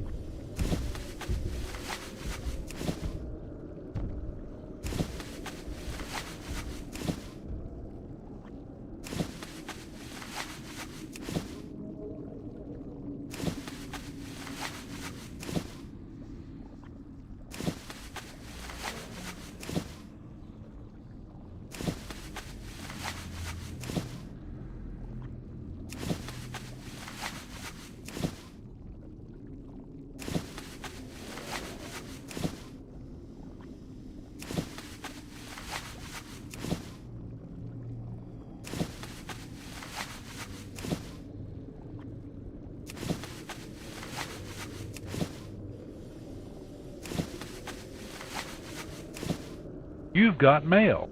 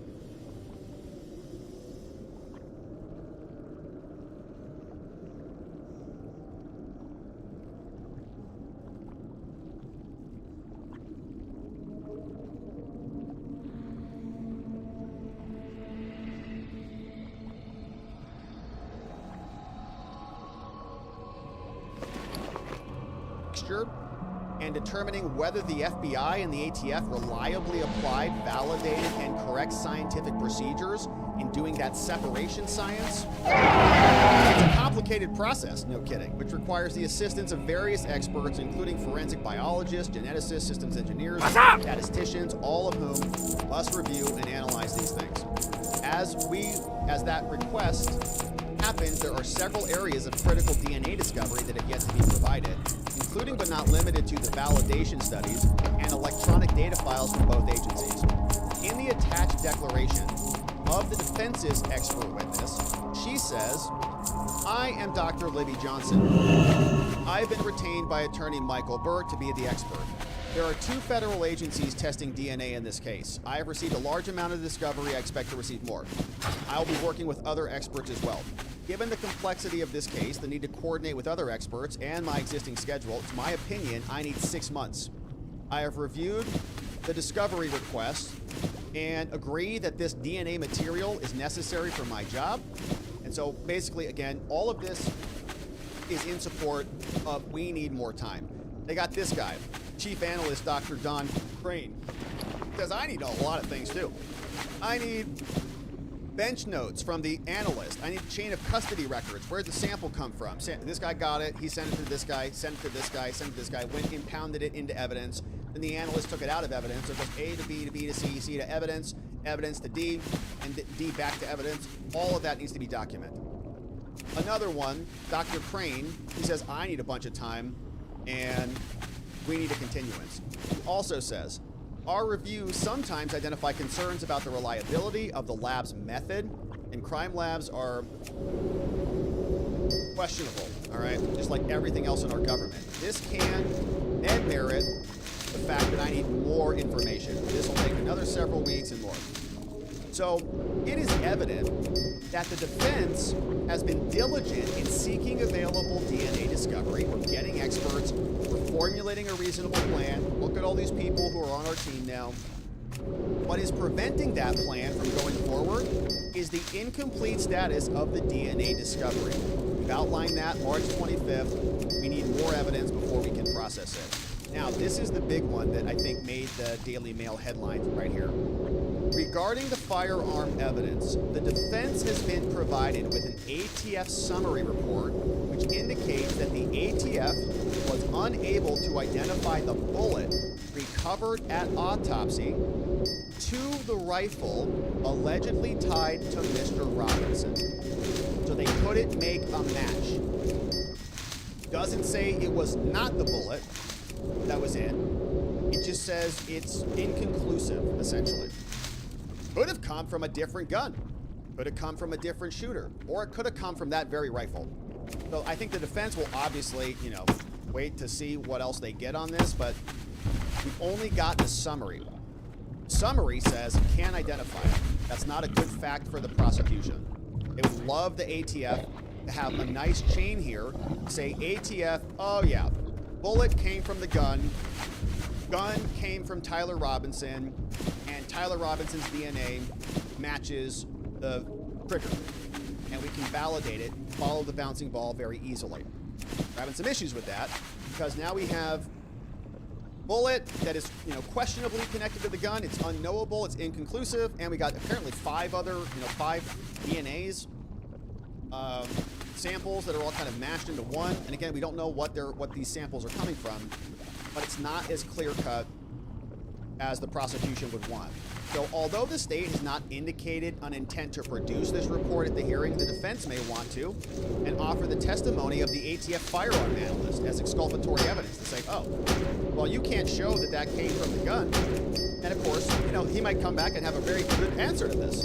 ATF analyst might come back and say, well, yeah, it's fragmented into 100 pieces. It's all over the place. So we can't put it back together. I think there was a movie where they did that. They got all the various fragments and they put it back together, and then he got a fingerprint off of it from loading like Batman or something. He's like, it's not Batman, okay?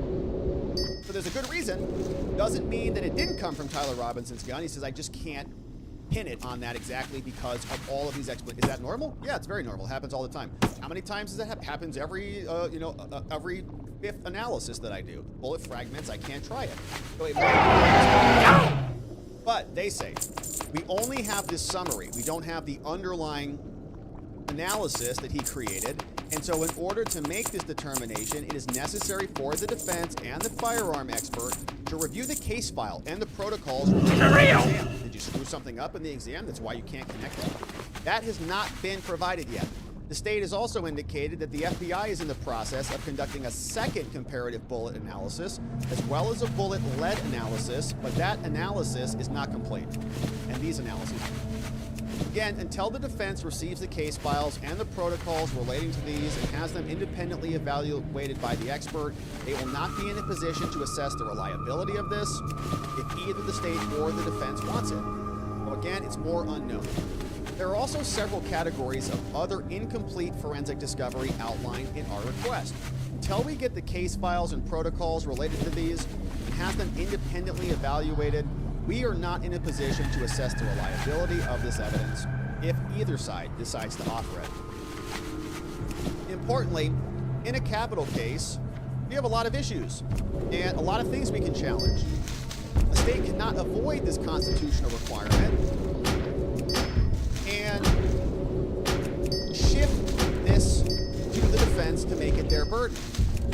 The requirement that a Utah defendant not be held in prolonged custody until we have this hearing is articulated in this case, and as demonstrated, we're doing everything we can, but we just don't have the evidence that we need.